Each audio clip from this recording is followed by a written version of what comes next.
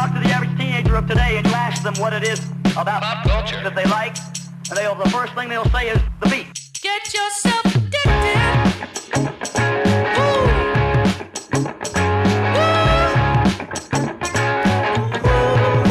Get yourself addicted.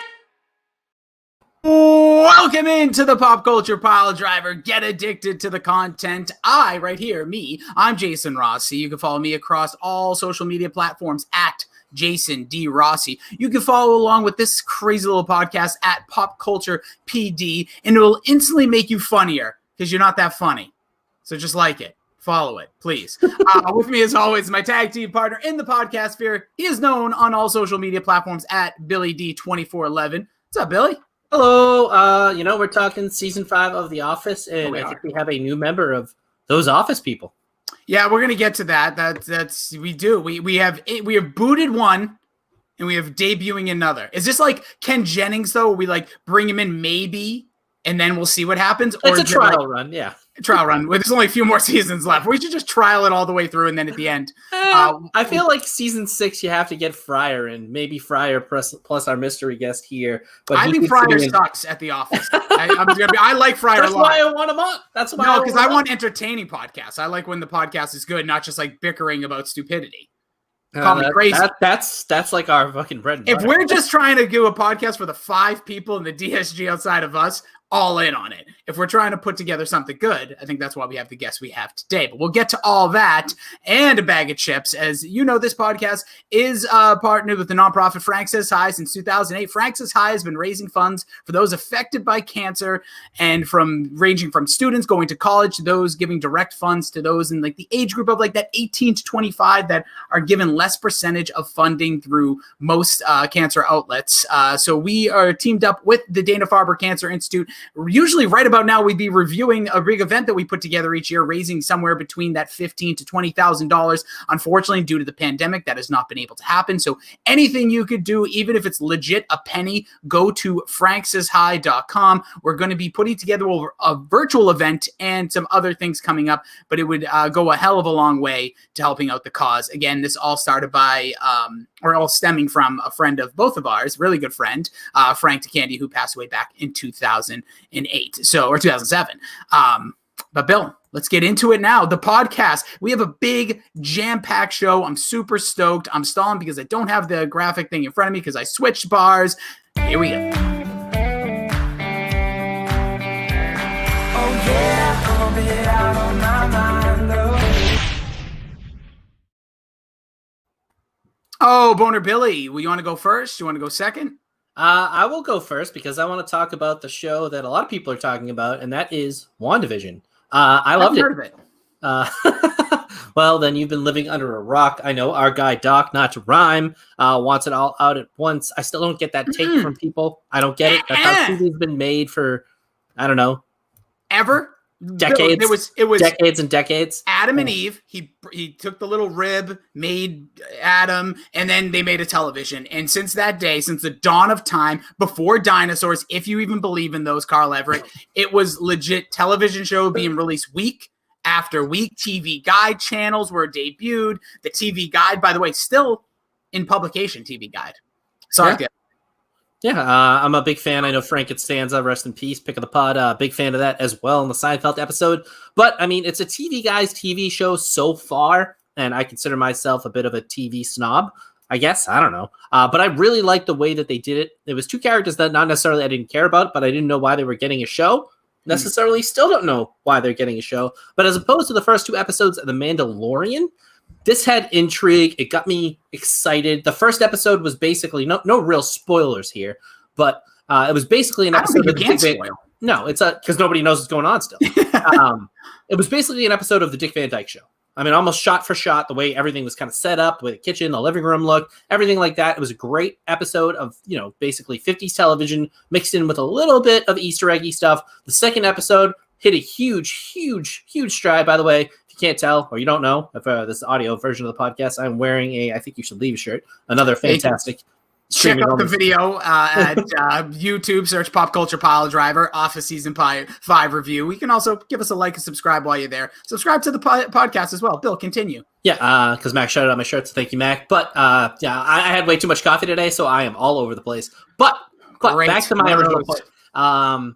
Bewitched was the other episode, basically, where, Wanda had to do, a little bit of twinkle, twinkle with the nose to get things back on track throughout the episode.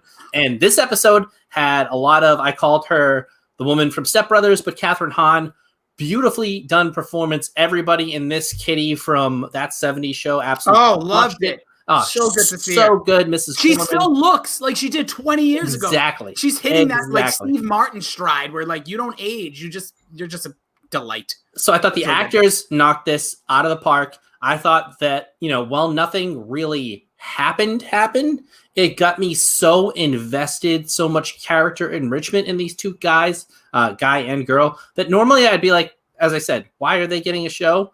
I am so excited to see where it goes. And I almost like the week of anticipation. And I refuse to kind of watch scenes from next week. So I don't even think they gave us any. And I don't want to see them. And I'm a big fan of the building of suspense. So, again, like I said with Deadpool, I don't think they're going to let me down here. I think this is actually going to be very good. Yeah, I will just say this. You got a lot of, obviously, there's not a ton to hit off of. It just made me, it was a peaceful show to watch. Obviously, there's some very intriguing, dark kind of situations with the radio at the scene during the second episode when she's at the, the wives club, when they're coming together with the social event, the glass shatter. Wanda, where are you? Who's doing this to you? Cool. Give me a little intrigue. I'm coming back. But just very peaceful to watch a black and white show that you actually want to see. And like while I was watching it, just grinning ear to ear, smiling. I loved it. Corny jokes, like you said, the Dick Van Dyke, the Bewitched. Obviously, it feels like we're going to be going decade by decade throughout these next few episodes. This could be something to do with her past, maybe when she was, a child of like in cages or whatever her past history is. I don't know the comics. I just know what I saw in the movies with her and her brother, R.I.P. to Kick-Ass. But, it's interesting to me to see where they're going to go. I'm so in. And I will just say anybody who critiques, I want them all at once. You're out. Get out. Like there's a million shows you can get all at once. This, I'm tired of binging shows. Maybe I sound like a moron. That's fine. I like you, Bill. I watch TV from like consistently since like 1994 to today. And binging a show, I don't remember. I just watch the morning show. Yeah, but I watch them all real quick. I don't remember what happened in episode 4. I remember more about episode 2 of WandaVision than I do about like episode 3 of the morning show because you don't have that placement. Well, to me, that's it. And that's why I like it, because I, as you know, don't have a lot of self-control. I watched an entire season of Lost and basically the amount of time it takes to watch a season of Lost. I watched it in like less than a day. So I kind of like that I can get this in a digestible form because, like you said, I'm going to savor this. I'm going to watch it more than once. So I'm really going to enjoy this, and hopefully it doesn't let me down. By the way, just got to get this out real quick, and I should have got him as a fan of the podcast. I basically said that description to our friend Kevin when I was at the gym, and some random guy must have been a psychopath because he wasn't wearing headphones at the gym, turned around and was like, that was a great description of the first 2 episodes. I should have been like, I have a podcast, but I did. Oh, Bill, that's a perfect chance. That's how you do it. That's how you bang and clang at the gym. That's how you get into weird places. The shower's open in the gym? No. No, because you should have followed him into like the bathroom. Like, dude, I just want to tell you. Well, yeah, you're dropping trout. That's cool. I got you. Dude, podcast called Pop Culture Piledriver. Was he in good shape? Yeah, he was doing like 65 in each hand overhead, so he was a big dude. We need business cards. I didn't really I didn't look too much at the pecs. I was just impressed by the overhead. By the way, next week gym playlist, so wait for that. Overhead? What do you mean by the overhead? Overhead press. Oh, I thought you meant like you were looking at him like from above. Yes, next week we will be doing a workout playlist showdown, which I almost guarantee you're going to win because some of the stuff that's on mine, I just got to go with what I actually listen to. But we'll get to all that and more next week. Bill, I basically had that. The other thing I want to mention, I already said Ken Jennings earlier. I'm digging Ken Jennings as the Jeopardy host right now. He's not as natural, but I kind of like the awkwardness of him. And obviously we know Aaron Rodgers will be doing some. They're going to have some celebrity guests over the next upcoming weeks. But I really like Ken Jennings. If he sticks the landing, I'm all in. Last thing, you see this news about Matt Damon going to be joining Thor, Love and Thunder. I wish it was a surprise because he has some great cameos in movie history. He does. Well, he's already been. Wasn't he already in the Thor? Wasn't he in? Didn't Loki like dresses him or something? Maybe my mind's erasing it. Oh no, that was the crackhead knockoff. That was Meth Damon, right? From Breaking Bad. Wasn't that him? No, it was Matt Damon. Oh, was it? All right, I don't know. Not Crack Damon. They call him Fat Damon, by the way, and he's a great actor. Friday Night Lights. It was in the movie there by Black Mirror. Anywho, but it's just that cast is going to be ridiculous at this point. Like, I don't know. This is, again, Marvel always seems to do this. Like, how are you going to jam pack all these actors in there together? Mm-hmm. By the way, we have our own Alex Trebek as our guest tonight. He hosts a lot of Jeopardy, by the way. Oh, listen, Bill, why don't we just tease them up? Let's get to it. Listen, our main event today, we are talking Office Season 5. But, as Bill has been teasing, he's been teeing them up. He's already hosted over 200 episodes of the Crossing State Lines podcast. He has another podcast that I literally just forgot because I'm not reading off of anything. He's got a killer hat on. Again, go check out the YouTube stream. He's a smart son of a gun, much younger than both of us. He's going to bring the sass, the fire, and everything in between. Ladies and gentlemen, podcasting debut here on the Pop Culture Piledriver, which, by the way, has a large shoes to fill because usually when people come on this podcast for the first time, they do really well. Then the second time, they do really bad. So we'll see if it's terrible the first time. I don't remember him. I don't even know who you're speaking of. Give it up for Jacob, as I was going to call him earlier, Macaroon, but I was told it's Marrocco. Close Jacob, enough. what's going on, dude? Close enough. That's not much. Not much. I'm excited to talk a little about The Office. And if this is a trial run, the only season I would request to come back for is season 8 because someone needs to defend Robert California. And hey, I'm on that train now. I don't know what you guys are talking about. I don't know who that is. I'm already nervous. Because if it's somebody that needs to be defended, it's probably going to mean I'm going to like them and I'll get hate for it because whatever. But yeah, Jacob, we're here today. First off, introduce yourself. Tell us one random fact about yourself and tell us a little bit about your podcast. Oh, dear Lord. One random fact about myself. Yeah. How was church on Sunday? Oh, my God. I'll just start with the podcast. Hopefully I think of something. Yeah, we just talk about pop culture stuff for the most part, kind of like you guys, but we also do some sports chat. It's really just kind of whatever floats our boat. Every week. We did some MCU stuff this week, and I, like you guys, liked WandaVision. Thought it was fun. You know what? You people with your season 8 hatred. Never mind. And you know what? Just to spite people like that, my fun fact is I love Robert California. So that's my fun fact. You know what? I kind of do too. On the second rewatch, he got a lot better.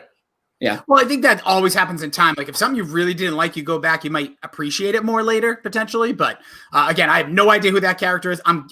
Is that what's his name from Boston Legal? Is that James Spader? You think of James Spader? I always think of him as Pretty in Pink guy. I always think of him as secretary guy, so we're all over the place. Yeah. Look at this. Max says, if we can get a 3-man weave of Bobby California defenders, I'll eat my computer.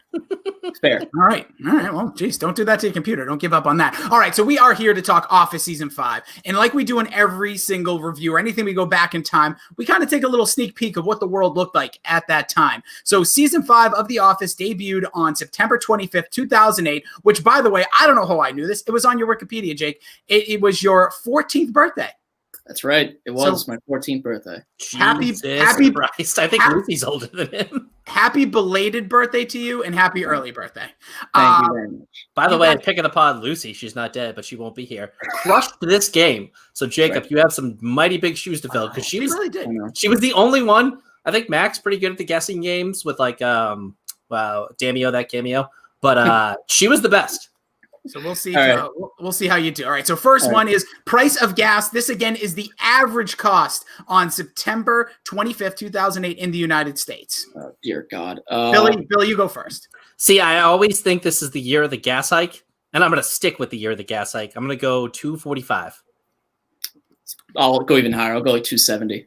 You're both way under. $3.65. This was the year of the hike. This was right. We were in the midst of the financial crisis in the United States. My God, I wasn't driving yet. Yeah, seriously. This was when you used to go for, remember driving, Bill? And then this was the time when you just stopped driving. Oh, yeah. Number one record in the United States. Take 2008. 2008. It's a female artist. I'll give you that. Artist, 2008. Solo. Jesus. Was not Jesus. I have one guess. Go for it, Jacob. Is it Paper Planes? Ooh, MIA. That's a great. Not MIA, but good guess. That's maybe the most in the ballpark guess I've heard in a while. Bill, what do you think? She's been around since the late 90s. Since the late 90s. Pop star. Beyonce?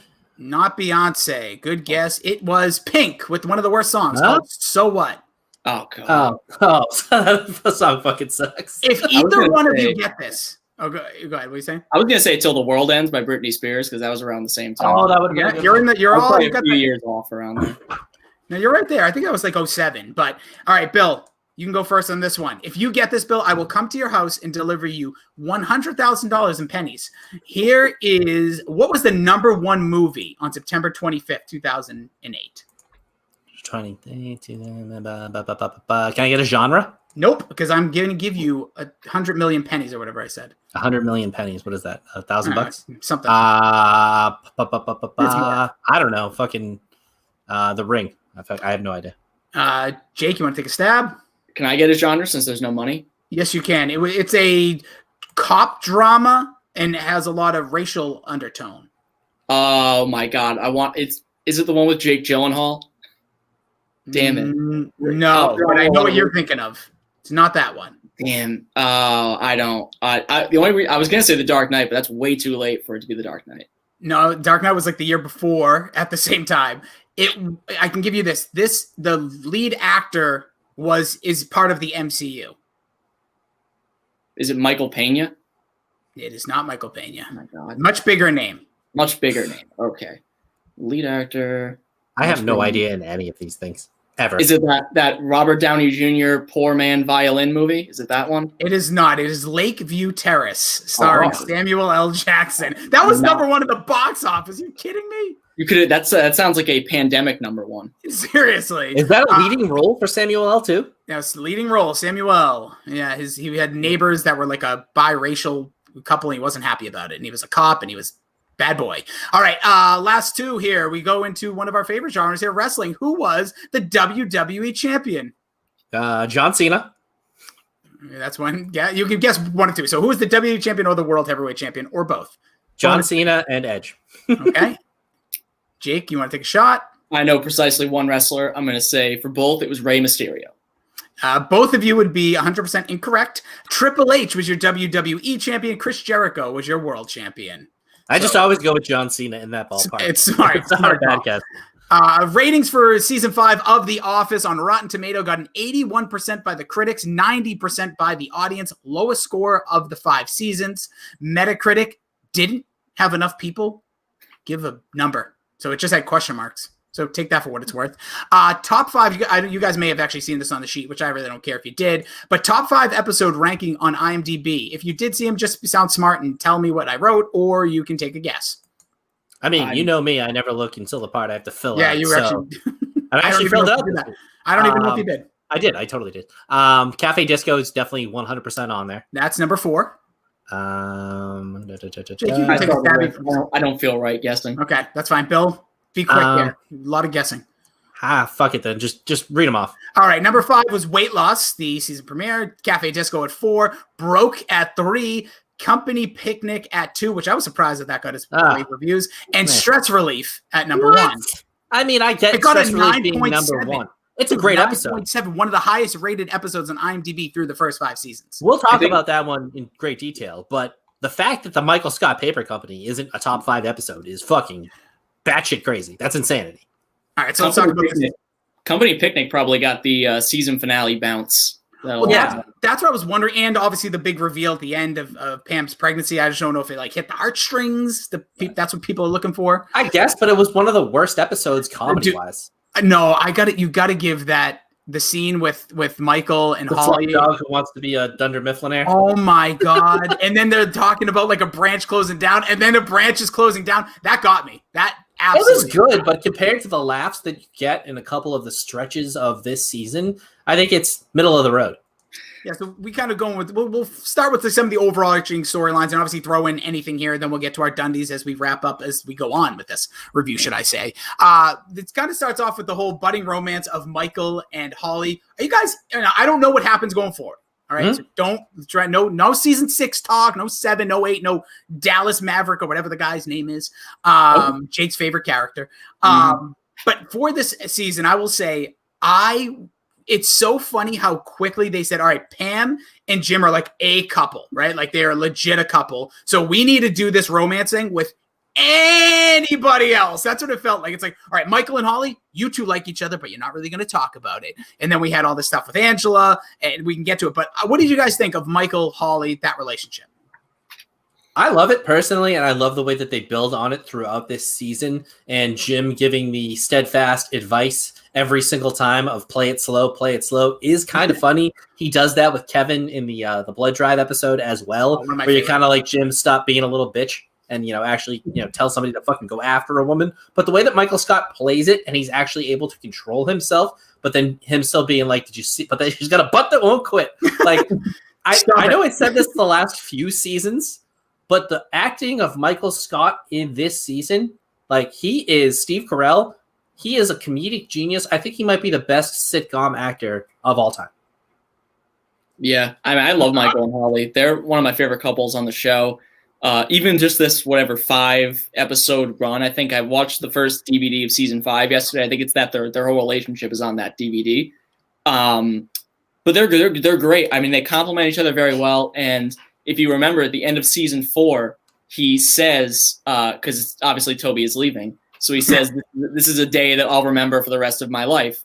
And it works out that it's also the day you met Holly, but it's the day that Toby left. And unfortunately, we'll talk about Toby today. But I love them. I think they're great. And I think you put it well, Billy. He's an incredible sitcom actor. I mean, he can play so many different emotions at once, for laughs, for tears, for everything.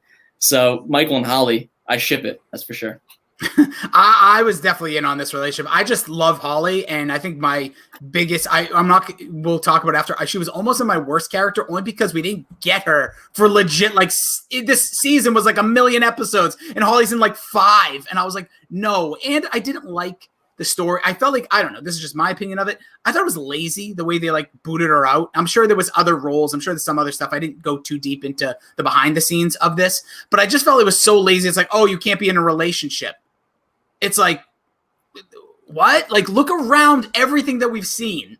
And I would like, all agree. these people, like, I just thought they could have done something, or had like, she had another relationship or something where like there was something else that could have just pivoted her to leave, or just money. Like, they threw like a boatload of money at her. Not like, you guys are in a relationship, we got to put you in different branches, and literally like the furthest ones apart.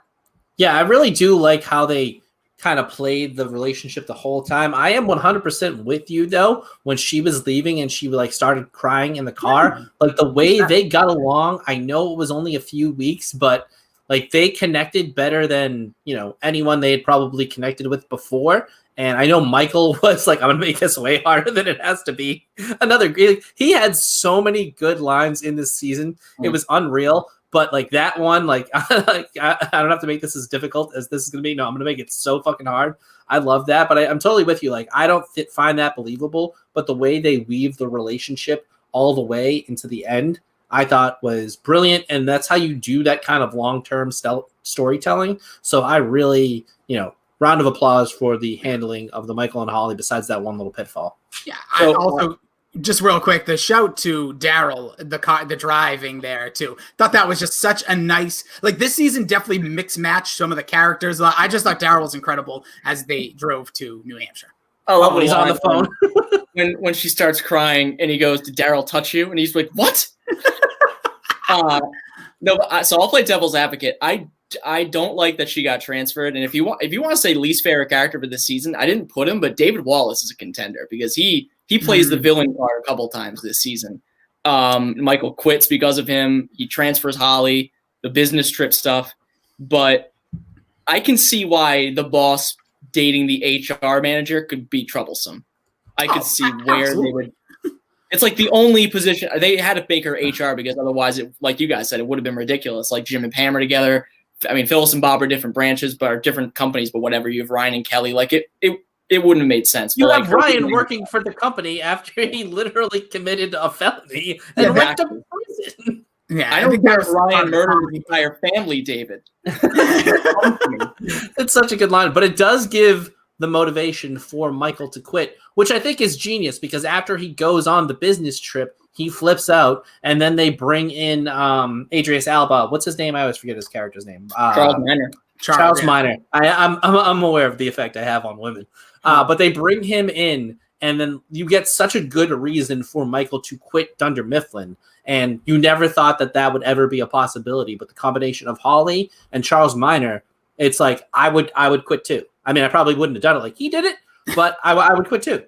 Yeah, I thought that was a great part of like him quitting, obviously creating his own company. I thought that episode, like I was kind of like, because I think this always happens when seasons go on too far. This is my issue with shows when they pivot, like the main stories are like Idris Elba coming in, obviously great actor, but you're like, I like this dynamic. Can we just get into the office dynamics? That's what makes the show great. Michael quitting, I was like, I might be out on this. Like I thought that was a real rough patch. It was first Michael paper cup because you're like, how is this going to come back? Because you know it was going to.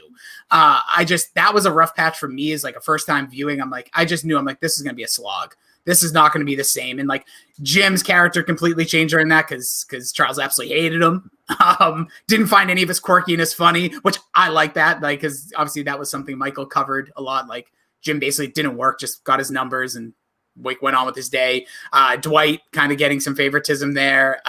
But yeah, I thought overall, like that pivot in character, I was like, this is going to be tough. But obviously they end up pulling it off. And I think the first episode of the Michael Scott Paper Company, when we're going to start after breakfast and Michael literally makes the most French toast pieces I think I've ever seen. It's like Uncle Buck status of amount of breakfast carb in one sitting. Yeah, if you actually put it together, it would be like, you should have seen the size of the toast. I couldn't even fit it through the door. It would have been that much. And it's fucking hilarious when he spills I have egg in my crock. Yeah.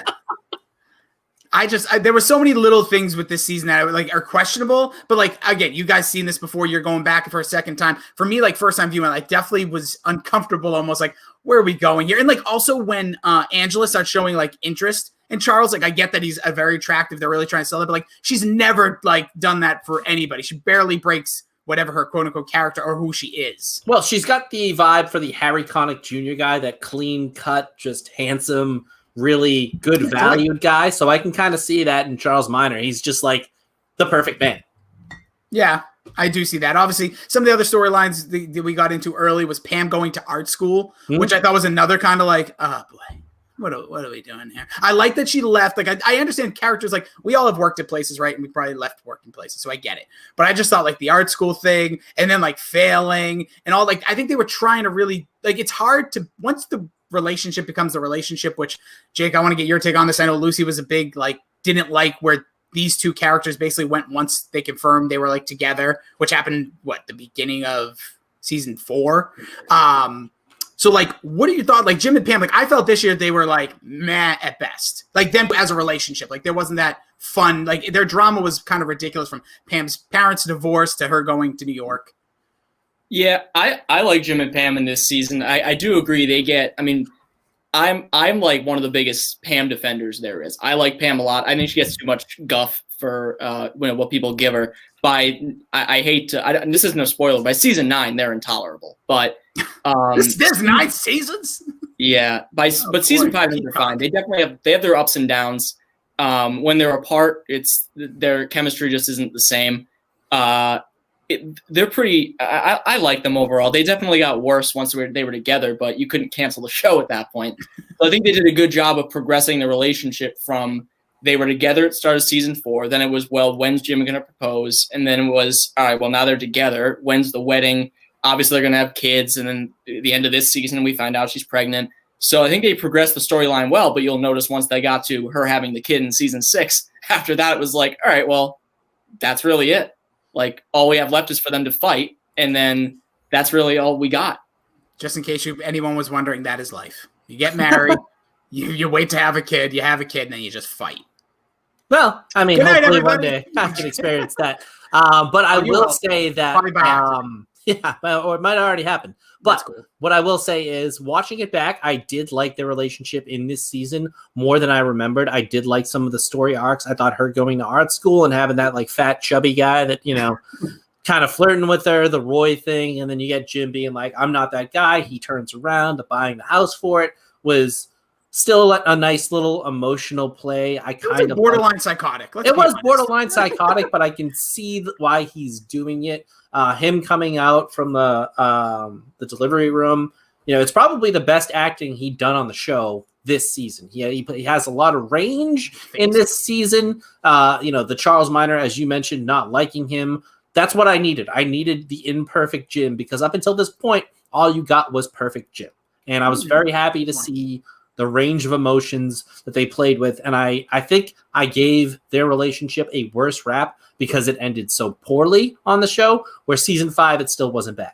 Okay. So that scares me, because if I'm not, it's not that I don't like, I just feel like sometimes with these writers and things that are happening, obviously this is post-writer strike, so everyone's kind of back. That's why we have I think, what was it, 28 episodes? That's nuts. Yeah. It might be more. 28 episodes. And obviously some of these were also long episodes again. They did those double episodes. Slow it down. I appreciate the content, but Christmas, I just want to bang some of these things out. But yeah, I don't know. Sometimes I just felt like this season they were just we'll throw that at the wall. We'll see if it works. It almost feels like a show that knows we're going to get, I don't know how many viewers they were getting. We'll just say 25 million viewers each week. So let's just see where we can take them. And I felt like I felt like there was a little overconfidence maybe by the writers. And at the end, obviously, I feel like everything kind of straightened out once Michael comes back into the. So it's a quantity play, but also they did pump out way more quality than I remember. Flying through this season at double speed, I watched it literally. So how do you do that? on this thing right here. I don't know. You can't see it. What is that, a computer? I've never heard of it. No, but on the VLC player, I have all the episodes downloaded from the DVDs, and you can do it like it's a podcast and go from 1.5 speed to 2. So this even 3. It just sounds fast? Yeah, but you can keep the pitch the same, so it's just fast. So you can knock out a 22-minute episode in 11 minutes. So I watched 5 episodes an hour. The hell? Impressive. But I already have all of this down because I've seen season 5 at least 12 times. True. Yeah, if I watch it that way, it would be I couldn't. My mind would. Yeah, it'd be tough to process all that. All right, cram this 22 minutes in 10 minutes. Go. It's like me trying to put on a size 30. Our podcast, for game tape review at double speed, and listening to me and you talk double speed, especially you. What are you talking about, Bill? I don't know what you're talking about. I am at double speed right now. If you do this at double speed, it'd be a quadruple speed, and quadruple speed would go to whatever X speed would be. And sometimes, every once in a while, a Mac and Goo episode messes up, and they sound like chipmunks to start. And then when I go to double play it, it's incoherent. Oh, listen, I you know what's funny? You tried to push me on listen, because obviously some of the wrestling podcasts or podcasts that are 2 hours long. You're just double speed it. I can't do it. I think I'm too dumb. My brain can't intake that fast paced of words and understand it.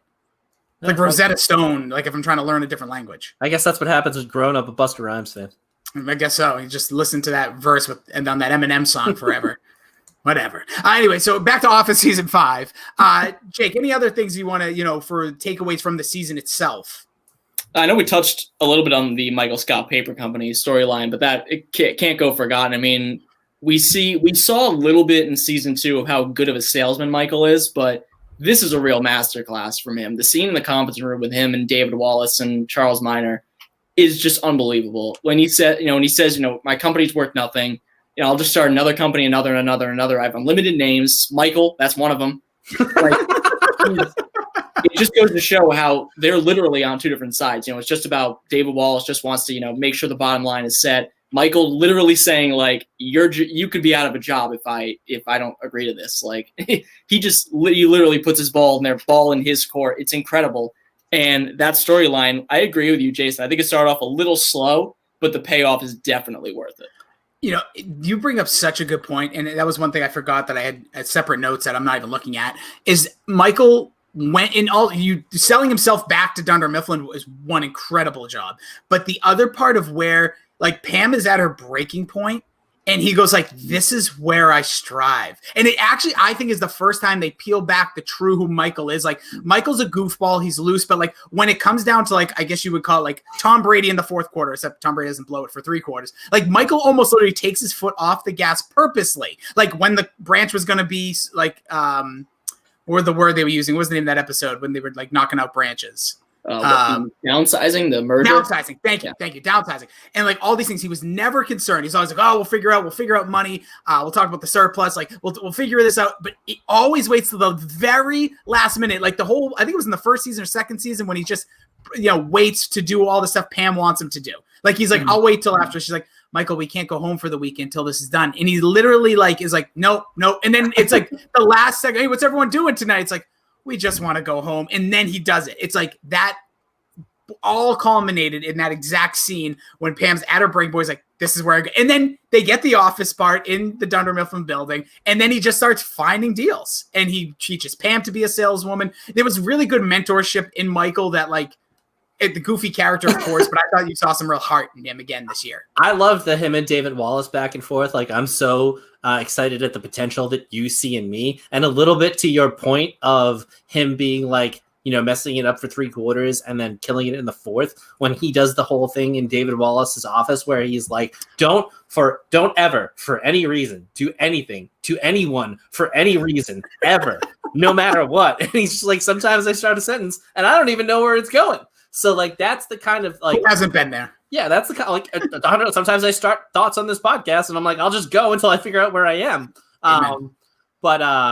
So he's so good at that, and he's so good in this season with like Jacob said, and I think Keith made this point too. When you see why he's so good, where he's like to David Wallace, I don't have to wait on Dunder Mifflin. I just have to wait out you, because they're going to need a new CEO if their numbers keep, you know, hemorrhaging from a branch that was doing great. He knows that he can go and start his own paper company because he knows the suppliers, he knows how to undercut, and it was Ryan that messed up the the fixed pricing model or whatever it is. And then another one of my favorite moments is when he's in with like the accountant and he's like, just crunch the numbers again. He's like, you can't crunch them again. And then Pam leans over, did it help? Like, I think the Michael Scott Paper Company and the episode of the Michael Scott Paper Company was a return to greatness for the show. Like, all the episodes were good, but they weren't like level 2, 3, and 4 good. And that Michael Scott Paper Company episode where they're doing the deliveries and stuff, it's perfect. I love every moment of that episode. And they even do the little intro differently. Everything about it is just classic Office.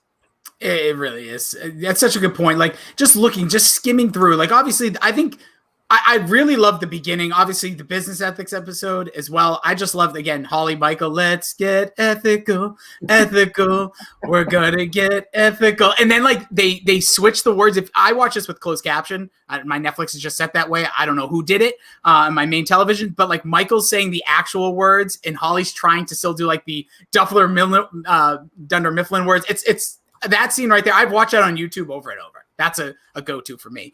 But like, yeah, you have that, like, I think it starts hot, the weight loss with I'll talk about him again later, but I thought the only really standout moments for Stanley is like, I lost like 5 pounds this week. I don't know what the rest of y'all are doing. It's like, and he's obviously like a big guy, and Kevin talks about like his situation. It's just, the beginning was great. Then we hit that weird stride. And then you guys, I'm trying to think where maybe like employee transfer. I don't think we were crazy there. Customer survey, another weird one. Business trip. Maybe that's where we started to like kind of go around. I guess for your namesake, Jake, we can go Moroccan Christmas. Like, I didn't love that episode. A lot of people told me that was going to be like, it's fine. It's fine. It's not a lot of good stuff. The Phyllis Angela angle in it, I don't really care for too much. But, you know, there's a lot of good little tidbits in every episode. When he's chasing Meredith and trying to get her into the rehabilitation clinic, that's fucking hilarious. That is like, there's a lot of hilarious enabler. Like, the duel episode overall isn't great, but the duel between the two of them is fucking hilarious. Other than Business Trip, Baby Shower is probably my least favorite episode from the season. Just because I don't like Jan. She's only in one episode this season, and I can't stand her. But even that episode has probably one of my favorite lines from the season, and that is when she's talking about her tub birth, and Creed says it must have been like the tide at Omaha Beach. She says, actually, no, Creed, the afterbirth floats. He's just like, I'm good. Like, when something's too gross for Creed to talk about, you know things have gotten too far. Creed had a lot of good lines in this season. He probably won't come up too much in the Dundies, but when they frame Toby, which is fucking amazing, and he's just like, all right, just pretend we're talking until the cops are gone. This might have been his best season for like drop-ins. I know, Rossi, you didn't love him as much in the last one because he wasn't in it as much. That's my thing. I only criticize my least favorite character, and we'll get to it in a moment, is like, I only criticize because they're not in it enough. I don't criticize like I think they suck. Like, I think, Jake, you brought up a couple good points earlier. Like, it's like David Wallace is like a douche. Like, Jan, kind of useless. Like, so I could see her potentially being, I haven't even looked at the nom side for my own, which we'll get to in a moment, but like, I do understand. But for me, it's usually like, I wish we got more out of them, especially this season when I'm going to put my nom in a few, is because we had 28 episodes. And I feel like this character I'm going to talk about only had like a standout moment. Yeah, but Creed, when he's like, he could be dead, and Jim goes, well, he's just texting me now, and Creed goes, what's a text? Yeah. Like, he killed me this season. Yeah, they're also like, I didn't even like watching this now again. We can tell we're like 2.5 weeks out from Netflix losing The Office. It's gone over to Peacock. I've been watching it straight up on Comedy Central. It's usually on every night now. Smart move by Comedy Central. But like, I can't do a Peacock. Bill, you said it's not on smart TVs. So I think I'm going to go DVDs. I think I have to go, or I'm going to buy them on iTunes. It is so aggravating to get hit with a 90-second commercial watching The fucking Office. It's like, I haven't lived this life in forever. What am I doing here? Yeah, or I don't mind doing that if I know I'm watching Comedy Central. Like, I'm not downloading an app that doesn't stream on my goddamn television. I have a Samsung. It's not like I have some like old ass TV. Like, I don't know. That aggravates me. But I haven't been watching these usually right before I'll watch a bunch of them. Like you guys were talking about, but I think I'm going to have to go for season 6 to continue on. Like, I think I'm going to have to go the DVD route, which is so weird. Kind of like it. It's weird. I still have the full box set of the X-Files unopened sitting on my cover. It might be a collector's item at this point. Dude, it absolutely is. Just so you know, check out eBay because I'm a huge X-Files guy, but that stuff would sell. Just the original run, the first 9 seasons? Just the first 9 seasons, yeah. Yeah, good. You didn't have those Fox reboots? No, I actually it's one of my favorite shows of all time. I still have not seen the reboot. Yeah, I couldn't do it. Still haven't seen it. I've heard there's like 1 or 2 episodes, yeah. Yes, there's 2 seasons. I haven't seen season 5 of Arrested Development, and I refuse to. Oh, was that the one on Netflix? Yeah, me neither. Yeah. I thought, was that season 4 and then did they do 2 seasons on Netflix? Mm-hmm. Okay, I saw the first one. Yeah, as far as I'm concerned, there's 3 seasons of that show. That's it. Mm-hmm. We're erasing those. Other shows we can erase. But speaking about The Office, they announced there's going to be a reunion. They call it a reunion reboot, but I heard it's just going to be one, like, maybe like a couple things, like I don't know. They announced it like literally like 2 weeks ago? Not even? If it's like the Zoom thing that Parks and Rec did, I'm on board. No, it's like legit act. They I saw the trailer, like they're in acting scenes together. Like Michael comes back. I don't know what that means because I didn't know he leaves yet. I know he does leave. Check it out. It's on YouTube. Right. Peacock's going to have it, so we won't watch it. But all right, I think now is a good time. I think we can jump into because this always kind of carries on the conversation. So we did 5 categories like last time. You can vote on them at the Pop Culture Piledriver Twitter. First one for the Dundie for favorite episode. Bill, who would you like to nominate? I've talked about it a lot already, but the Michael Scott Paper Company episode to me is just a home run. I couldn't nominate my favorite episode because it was already taken, but this is a nice second place. I think it could win a lot of votes because I think if you go back and watch it, just the interactions that they have in the office and that Michael-Pam relationship is really nice. And Ryan, I mean, he comes back in like wildfire. And it's not this episode. He's like, how's my favorite branch? And every time I see that, I'm always like, is he the fucking boss still? And then you're like, no, he's going to sit behind the temp desk. And like, just like, I know the rounding up the team one was in the episode before, but the chemistry it creates from that one, the him and Pam going back and forth. Yeah, she's a Scranton 6, but no, she's a New York 6, but she's probably a Scranton 7. It's just so, the tension and drama that they create between the two of them, I love. Yeah. Jacob, what about you? What's your nom? If I'm not mistaken, that's also the episode with the famous 100% of the shots you don't take screenshot. Yeah, it's like he absolutely crushes it. There's a lot of those epic memes in this season. I think this is I think the baby shower episode is the one with the Jim pointing at the 2 whiteboards. Like, how is this baby related to Michael? Through delusion. Yeah. So my nominee is Stress Relief Part 1. And specifically I love Part 2. The roast is great, but Part 1 has the 2 best scenes of the entire season. It has obviously the cold open, which we'll talk about later, but the CPR dummy scene is really underrated when it comes to the lore of The Office. First of all, this was a big episode because this one premiered after the Super Bowl, if I'm not mistaken. Correct. And the Patriots one. Yeah. Which one? The perfect season. The Cardinals.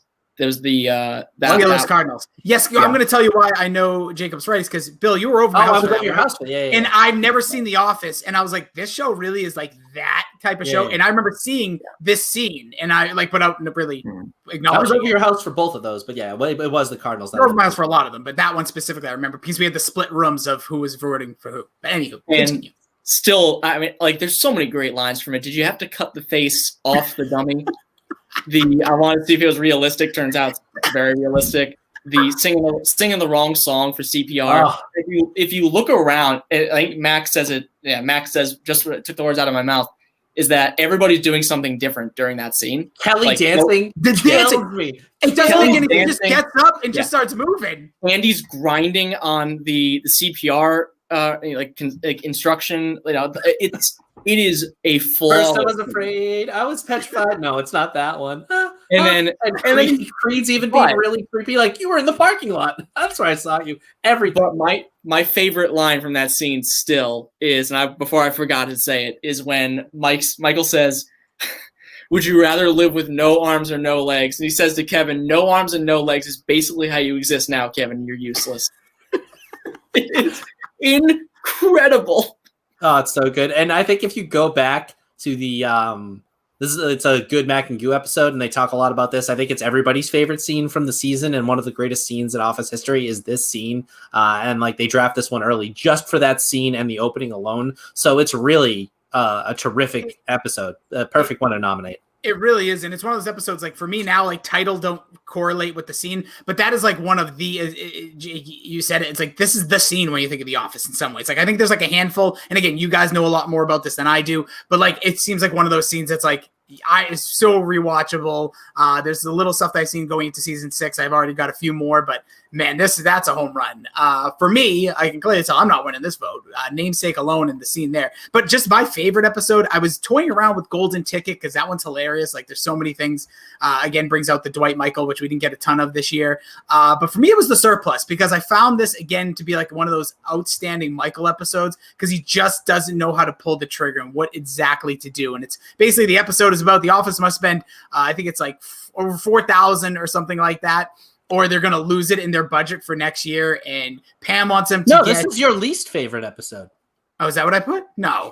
Yeah, you have Cafe Disco as your favorite. Oh my God, I'm so sorry. I don't know where I'm drunk. I was just gonna say, because like this is actually my favorite episode, sorry. and I didn't pick it because you already had it. Sorry. That's what I was saying. And you're saying your favorite one is your least favorite one. Quaaludes. I don't think so. I gotta say, you were talking it up though. Yeah, man. You know what I really don't like? Pretty good. is Cafe Disco by far. It's when obviously they all come back together. It's not the same anymore. Michael's like, I gotta do something. I gotta get the fun back in the office. So he obviously, the old office, which was the Michael Scott Paper Company, turns it into what he calls, because what does he try to sell it as? He's like, it's a coffee shop with music. And so someone's like, oh, it's a disco. It's like, no. That sounds a disco cafe. No. It's a cafe disco. Yeah. And there's a scene again. It's this episode actually feels like it's like all extra scenes. Like, it's weird. Like the two random dudes that like eating a sandwich outside. Like, yeah, it's like there's girls in there. It's like, yeah, I got to finish the thing. Girls. And that's where Kelly, as I like to still call her, when they're just randomly start dancing to a song that sounds like Katy Perry, Hot and Cold, which actually was a real song, but it was weird. I just looked that up the other day. The whole scene with Dwight and, why am I losing her name? Phyllis. When Phyllis like goes down, she's the first one. Treats her like a horse. But the scene where she breaks her back or whatever, knocks her back out, is outstandingly hysterical. Because you don't know exactly, you know something goofy's about to happen, but you don't know where. And then the blurring of the swear, everything about it was the nuance of that scene is incredible. Up to when, he just manhandles her, cuts her shirt open, and she goes, Dwight, my shirt. He goes, it wasn't doing anything for you anyways. The doctor said that Diamond Dancer would never race again. It is wrong. Unreal. This also, there has to be the scene, the famous Oscar dancing with like the arms gif. It's not in the episode. I've skimmed through that thing enough, but it must be something where they filmed something around it. The Oscar dancing with the arms, I believe, is the season. I think it's from a different season you haven't seen yet. Yeah. So they go back. It wasn't no, they do it. It's a different dance. I don't want to ruin it. I would be spoiling something for you. So it's literally in like the flashing lights and everything. And Kevin's behind him, and I'm seeing the arms. I'm like, but Oscar's not doing that dance. Then you get like the dance off stuff between Kelly and Andy. Andy. I think I'm gonna dance. Yeah, and honestly, and then Michael somehow pulls it out to like he got everybody back together, and even Angela, who just wants her to sign the papers, like have some fun, and her foot starts to move, like just a feel good, great episode, but literally like front to back, hysterical. Surplus is good too. Angela has a great line too. She says, "I don't want to be that person, but I just don't like the general spirit of music." It is great. It's so good. Oh, they do such a good job. She might be the least she might not be the greatest person this season, but she has some great lines. She sure does. So those will be the noms for your favorite episode, as I definitely botched mine there. Favorite character. Jacob, why don't we start with you? I mean, I hate to sound like I hate to be that guy, but it's Michael. I mean, it's gotta be. I mean, he has his own story arc with Michael Scott Paper Company. He's not the focal point of the fire drill scene, but other than Dwight, he's the funniest part of it. He's the anchor of the CPR scene, his relationship with Holly early on, getting over the thing with Jan. It's, he carries every episode he's in. I mean, there's a reason why there's a dip in quality once he leaves. But he's the emotional linchpin of the show. I mean, he is an idiot, he's a goofball sometimes, but you really do feel for him. And I'll get to it in a little bit. It's my least favorite episode, but the best moment in it is, again, driven by him. So, I saw the other picks and I was like, I can understand that. But for me, it's an easy call that Michael is, he's always the best character. I mean, I hate to be that guy, but he is. No, hey, you got it. He stands out for a reason, right? Bill, who is your favorite character? What do we do? Stay fucking calm. I mean, that is like the ultimate.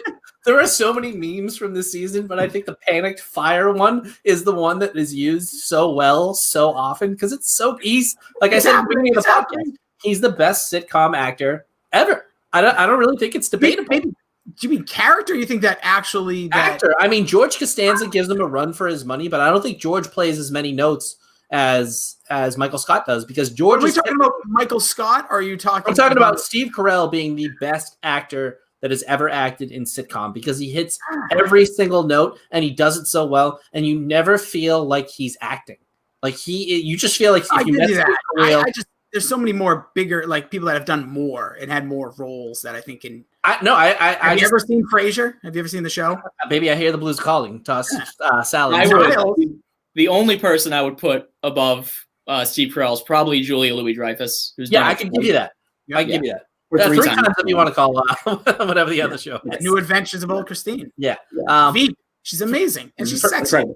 For me, you guys kind of took the best ones. I mean, Rossi, you're one. So I kind of just had the other players.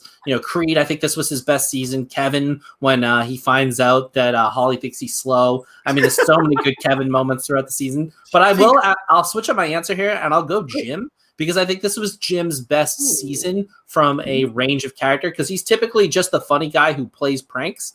And I really thought that he showed great character growth throughout this, and I liked him in this season way more than I remember liking him, because he was kind of vulnerable a lot throughout it, but still really funny. Yeah, I'll make mine quick. It was Dwight. Dwight was out of control from first episode all the way through, from when he comes up to Angela. Was that who he says, just put this in your mouth or whatever it is? Just shove this in your mouth. And Michael, trying to be polite in front of Holly, doesn't say that's what she said. He's insane. Obviously we talked a little bit about what the stuff with Phyllis, all the stuff going back to his, what's his brother's name, or his cousin? Mose, there's a little innuendo stuff with him. I just think Dwight in this season, you talked about, Jacob, you talked about with the CPR doll putting on the face, the whole fire scene is him literally just trying to be we'll get a stress test today. We'll learn a lot about the people we work with. That is him just being psychotic. He ranges all the emotions from season start to season end. And he's also clap back Dwight in this one. He really gets angry at Michael during the roast. He gets angry at him during the Willy Wonka and the Chocolate Factory episode.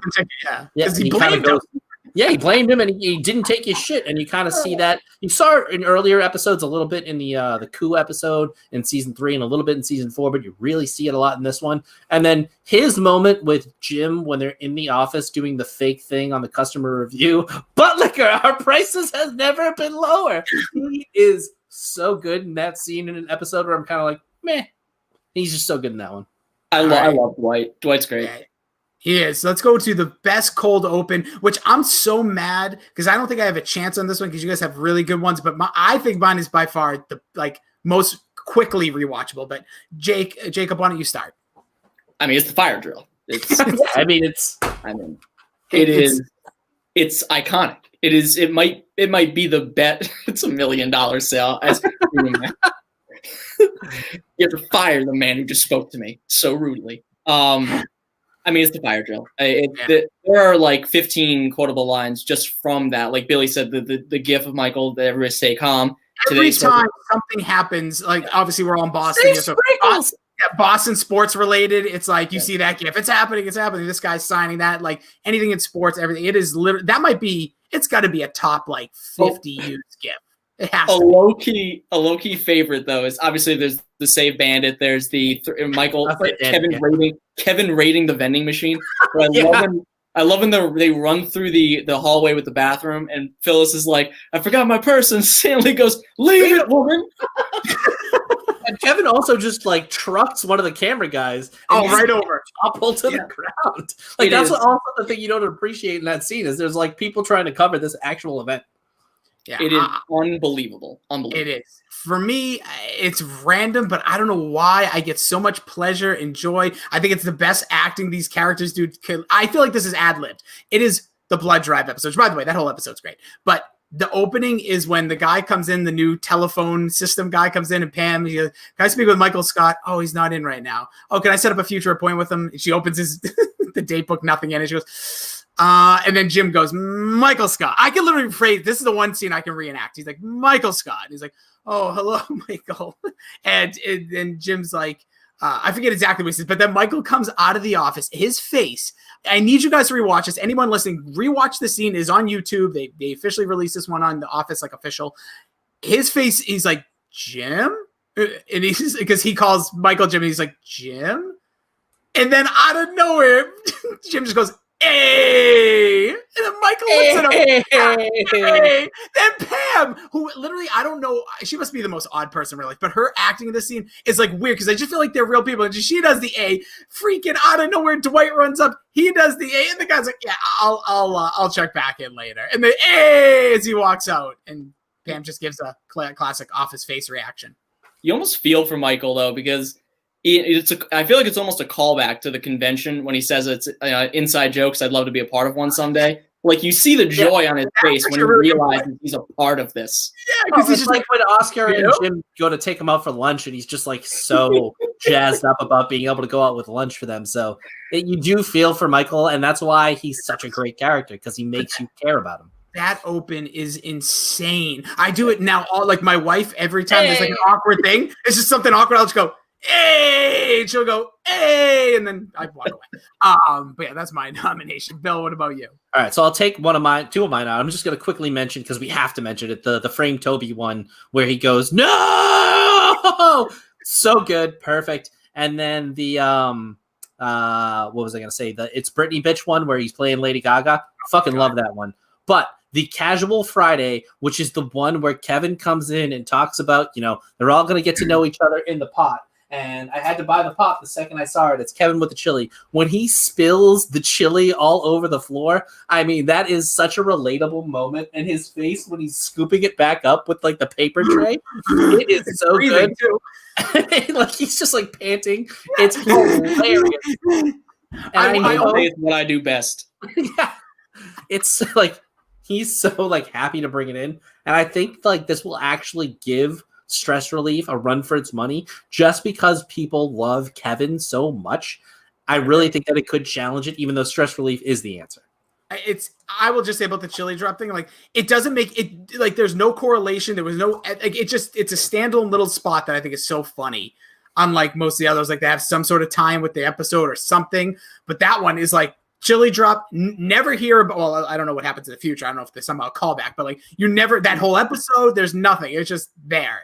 That's great. There's something else. All right. Our next one would be least favorite episode, which I got incorrect earlier. Billy, why don't we start with you on this one? It's the customer survey one for me. I didn't really love it. I mean, other than the butt liquor thing, I don't really like the whole the Dwight and Jim team up is, I think, the weakest they have throughout the series in this one. The Kelly Kapoor angle, didn't really love. I do love her and Michael bonding over the fact that nobody ever wants to make plans with them. But I just didn't enjoy this one on rewatch as much as a lot of the other ones. All right, Jacob, what about you? I have so much leftover guacamole. I don't know why I make it in such large quantities.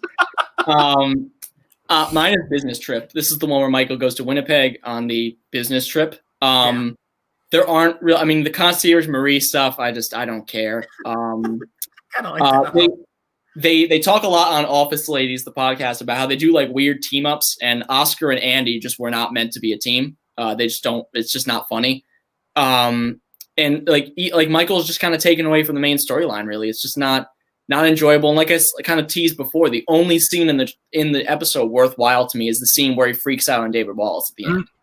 And he says, "Why'd you stay away from me? Why'd you have to do that? That was a really crappy thing to do." And then he hangs up on his CFO. The balls that it takes to do that. I mean, I don't know if it was you or Rossi, Billy, but one of you alludes to like that.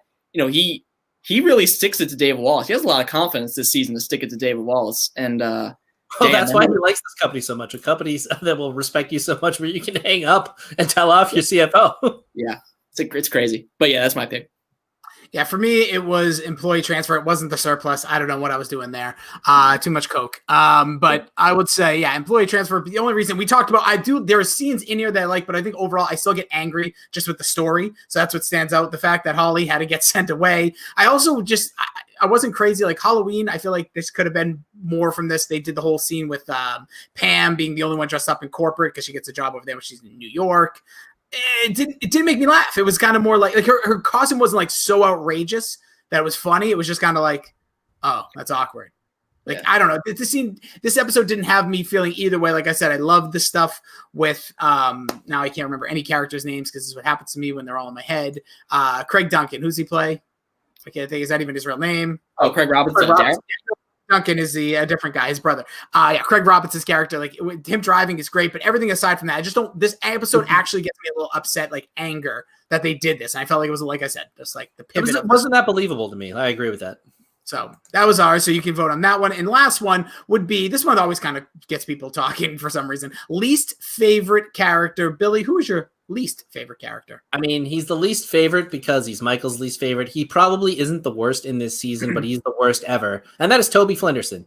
He is, the needed foil. And I don't think he's very good at what he does most times, but he is good in this episode. He's just always going to be my answer to this because it's Toby. No, but see, Bill, he has the I know I'm interpreting the question wrong, but this is how I want to. I need to defend one scene. I don't care. I jump in. You can do it to me all the time. You can do it in a minute. The scene when they're doing the roast. Is that in season 5, right? Is the roast in season 5? Yeah, okay. I was getting nervous.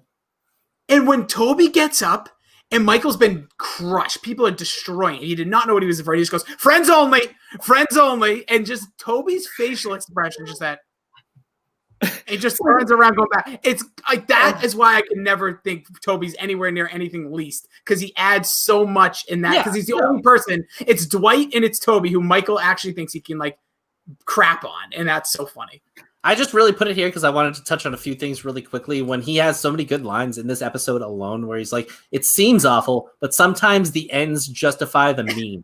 Which to me, like whoever wrote that, like when you're in the writer's room and you come up with that line, you should get a round of a fucking applause, because they have so many of those with Michael where he misinterprets a common saying, but in a way you've never heard before.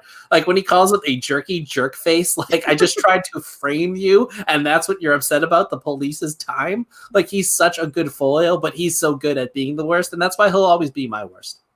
And that's it's a great episode that framed Toby, because you get the classic line when Michael says, it's like talking to an evil snail. And he said, I feel like Nev Campbell in Scream 2. I just want to go to college. And then the killer shows up again and starts murdering all my friends. I learned a lot. I learned a lot of lessons from Scream 2. What a line. That was just one of them. That is quality. I forgot about that one. Jacob, what's yours?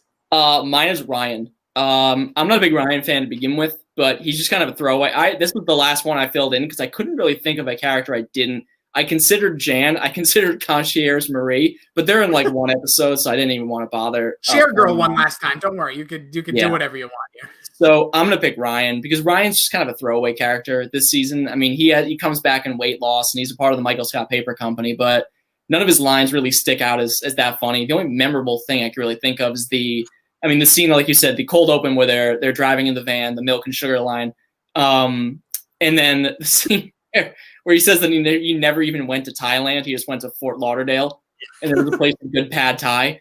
But there's really nothing memorable. He's not even at Cafe Disco, if I'm not mistaken. He's not even a part of the fun. So no, not really. Yeah. And the thing that I do like a little bit is his character progression in here, because this is like, I think he gets okay after this because they push him towards hipster Ryan, which I love. And he does get very hipster with like the pad Thai stuff. So when he does that, you know, in like future years, the cold open about the musician who died, and he's being like that guy that everybody knows, like when a musician dies, like, oh, I love this artist. They push him towards that character. But I do agree, he probably is the unanimous pick for like the worst. Now, I know this is a visual aspect, but right here, there's some wrestling news I saw on my Twitter. Sorry, my light, but you can see the GIF that was tweeted with somebody replying is the Michael, everybody stay calm, everybody stay calm. Crazy how a lot of the GIFs you see on Twitter are from this season. Yeah, well, that's the other thing that I didn't realize. Like, that's my favorite thing about watching the show for the first time in the pandemic era, we'll call it. It's not even a year. I'm not giving it year numbers anymore. Is that like I'm learning about GIFs more than I'm learning about anything else, and the show's badass. For me, my least favorite character this year was Stanley. We already kind of talked about the moments he had. I just didn't find him, like, I feel like they've kind of left him out to dry. Season 4, he would like there was all these stories with him and Michael and the drama and all these things to build. I just felt like they like just kind of plopped him there. He had the great lines here and there like they all do, but I feel like overall he didn't have much like overarching story, or aside from like, again, some of his roll eye emoji or looks. And the one time when Charles like doesn't start a meeting till he pays attention when he's doing his crosswords and he just waits. He's like, oh, like that was it. Like, it was like, there was no real development with him. So he was just kind of there. I felt like this year, especially for being 28 episodes. He has one line that I love because I rewatched a few episodes yesterday. I think it's the baby shower one, where he goes on a rant about pregnant women in his workspace. And he's like, you don't think my nipples get sore? You don't think I have varicose veins too? You don't think I know the fastest way to the hospital? It is phenomenal. I agree. I don't think there was enough Stanley. There's never enough Stanley. Other than Michael, Stanley might be my favorite character in the show because he's kind of like Creed, where everything he says generally gets a laugh because it's so ridiculous, or he cares so little. It's like he is probably the greatest snapshot of what it would be like to work in that office. Constant annoyance. And I think that's exactly what makes the show. Like you just mentioned Creed. We've offhand talked about Phyllis. Meredith always just doesn't seem to ever shine, but she's there. Like there's just little moments for all of these characters, which makes this ensemble cast like incredible. We're critiquing some of them, but like they're all still make with like this cocktail of hilarity for the whole show. But yeah, that's our picks. Any other just things you want to pick out about Office season 5? I have one thing. I want to share with you guys a theory and see what you guys think. So I have a theory. It's called the condom theory. Hear me out. So remember the episode where Jim goes to visit Pam at art school in season 5? Yep. And Michael throws him a condom and says, be safe. You don't want to end up with a problem child or an accident like me. And Jim's like, all right, great, thanks. He's like, do you want more? No. And then she ends up pregnant at the end of the season. So my theory is the only condom we have is that one. And obviously, since nothing Michael uses probably works right, it was a defective condom, and that's how they ended up pregnant. That's my theory. Oh, you think he put it on and it didn't work? Yeah, I think it was a bad condom. They're an old one that Michael gave him. I've watched. I like this. I like this a lot. I'm in on this because I've watched one theory video once, but it was getting too far ahead, so I had to stop. But like the one thing, I think this is the episode where Jan comes in, where the missing girl, right? Because I brought this up before, Bill, right? And the candles. Oh, they found her. Yeah, it's like, oh, they found her, and she has that look. And so, it's exactly. So it's like there's a theory that she had kidnapped said girl because she's cuckoo. Oh wow, crazy. that makes sense too. Actually. So if you rewatch when she says, "Oh, they found her," face looks like a little concerned, upset, like But I don't know. That was the one part of those theories. The other one, and I don't know enough, but they said that I only saw like 3 of them. I didn't see this one. That the condom one's new to me. Is that Pam is Meredith in an alternative reality where like things didn't work out with Jim. that is similar to a line that Kevin says at one point where I forget what it is, but he says something like the only way that I'm Jim is in an alternate like universe where Jim never met Pam. He says something like, I can't remember what episode it is, but he does say something like that or the context, but yeah. See, right there, it's just that could have been it. That could have been the moment that split the universe in two. All right, that'll do it for our Office season 5 recap or review. You can vote on those polls. They'll be on the Pop Culture PD on Twitter. Bill, let's check out what's happening in the Dork Shared Universe. This week in Shared Universe. And this week in Dork, I have no idea. Once again, Cobra Kai season 3. Cobra Kai season 3. I'm gonna guess Dork did that. Yes. Mac and Goo did the 1989 classic Aliens. I also think they had an episode as well where they did Mount Rushmores and Mount Rushmores again. CMC did Surviving Death. Yep. TLDR talked comics. Sure did. Them Pineapple Boys are going to do episode 9, Forget Me Not. And then we got the streamers, of course, Shime Time, Arvon D, and Dr. Joe. So they are always popping up on your Twitch. So go give them all a follow and yeah, have some fun. I know that a lot of them are going to be streaming some Madden games this week as well. Yeah, Bill, you're going to start doing that? Because we got to get you to put it on here. I think we could put it on our YouTubes. Yeah, I can do it. I got one coming out tonight where I'm going to get my absolute butt whipped. So, yeah, you can hear me say the C word a lot. Oh, never mind. Cancel that. We're canceling the pilot. Jacob, where can people find you and the podcast, and what will you be doing in upcoming weeks, if you even know? I do have a little schedule here. I'm at Jacob_Marrocco. Our podcast is at CSL Podcast. We next week are going to do some best TV seasons discussions. And then this episode's been in the offing for a while. We're going to do a Taylor Swift draft. That's been like songs? Or? Yeah, songs. We got that'll be coming up. So they're going to draft her body parts. I would like her eyes, please. First of all. Can I get her toenails for 10? Yeah, no, we're psyched up for that, and we'll have some Super Bowl prop bet stuff coming up at 1.2. So yeah. But that reminds me. Yeah. Oh, go ahead. Finish. Oh, sorry. It was a pleasure coming on. It's always fun to chat about The Office, my favorite show. So thank you. Oh, of course. Listen, Bill was hyping you up like you wouldn't believe. I literally had a threat. There was a threat at my house. He threatened my child. So just want to let you know. Just like Dwight with David Wallace's son. Honestly, it was right up there. In the trunk of the car. Yeah, it does remind me. You said prop bets. I will be releasing and sending out the invitations. Bill, we're a week, less than 2 weeks away from the Royal Rumble 2021. Ooh. So I think I'm going to up the price to get the real. I think it was 20 last year. I think I'm going to like 150. No, I'm kidding. No, I'm thinking $30 because 30 people are in it. You know what I mean? Anyways, we'll get all the official stuff out. I got some people already tweeting and DMing, asking about it. So yes, that will be coming out. We'll do that next week. As you mentioned, Bill, we will be getting into a workout playlist showdown. So, whatever, it's going to be weird. I don't know. How many songs are we thinking? Like 10, 9? No, I'll say 11, and I'll make up the rules because I know we get a lot of flack for not having rules. No, but you got to pick your workout. You got to pick out what workout you're going to do, and then you got to kind of have an idea. You got to have a warm-up song. Then I'm going to say you got to pick 7 exercises, so that gets us 8. 7 exercises, and then 3 cardio songs. So, like, what song do you want to do bicep curls to? What song do you want to run to?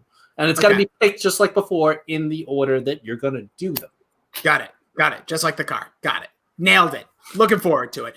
We have a lot more stuff coming up in store from there. We've talked about we're going to be doing a Joseph Gordon-Levitt, like basically his, what do I call it? Filmology? Yep. Filmology of Joseph Gordon-Levitt. That'll be coming out. We're going to be doing some more playlist top 11. So there's a lot more fun to come. But Jacob, we really appreciate it. Again, go subscribe to Crossing State Lines. Go give them a 6-star review.